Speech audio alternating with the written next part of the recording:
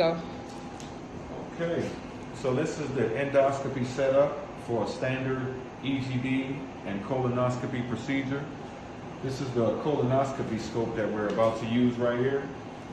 And this is a packet, open packet. It comes with your button accessories, a basin for your water, intercept for after the procedure, bedside suction and cleaning, and a sponge. It also comes with surgery lube. You can tear the tape off so it can access, and it comes with gauze. Okay, we're going to connect the scope to the tower. The scope goes in as such. You can take your cap off, and just remember, after the procedure, make sure you put the cap back on so that the inside doesn't get water damage. This cannot get any water damage. It would ruin the scope and it would have to go out for repairs. So after the procedure and during. So now the scope cap is off. We're going to plug it into the processor. Is there a special side to put up? The grooves fit perfectly on the scope, as you can see, and it fits in on this side. I'll pull it back out, as you can see. You see the grooves? The grooves are right there and it fits perfectly in. You can easily push that in gently and then push the lock down. It's lock, and to open, you would just lift that in the opposite direction to pull the scope out. So now we're going to lock it up so it'll be ready for the procedure.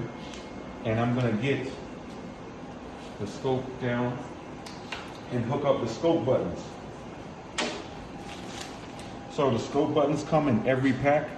We also have plenty of extra scope buttons. If there's not enough or there's a double procedure, you can use this for the other scope if you don't want to use these for the EGD scope. So I'm going to put the buttons on. This red or orange chip is the suction button. It goes on top. It's color coded. There's a groove in there and it should fit snugly in all the way down. If it's not all the way down, it's not proper. So that's on nice and snug. You got your orange air button, which goes at the bottom. That's the air that goes all the way in and clicks on snugly down. And then you have your biopsy channel introducer right here. This goes over the biopsy channel and nice and snugly on. So the buttons are on. These are the same buttons for EGD and colonoscopy. And this is the irrigation button.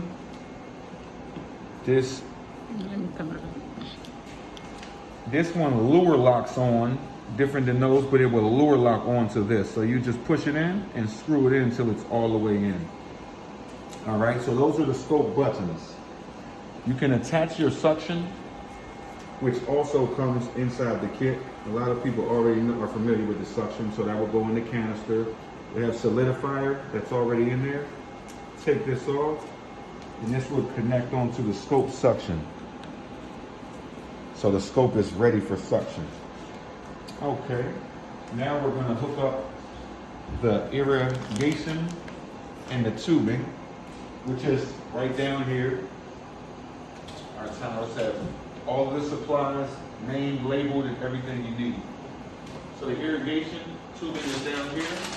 You need an irrigation, and you need one water bottle.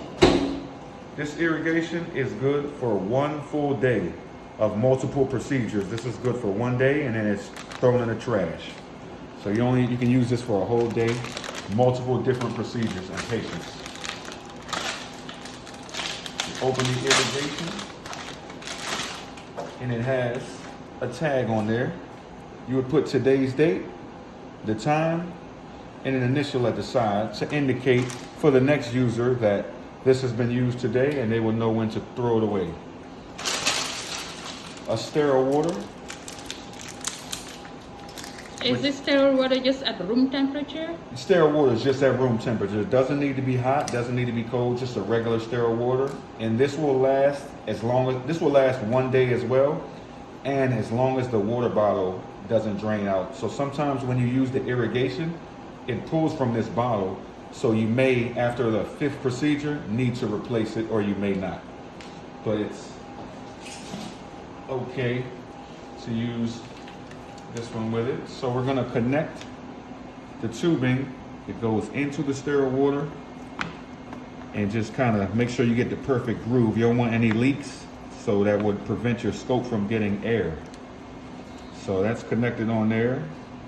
You labeled your name label, you stick that on the bottle, and you put this bottle right here.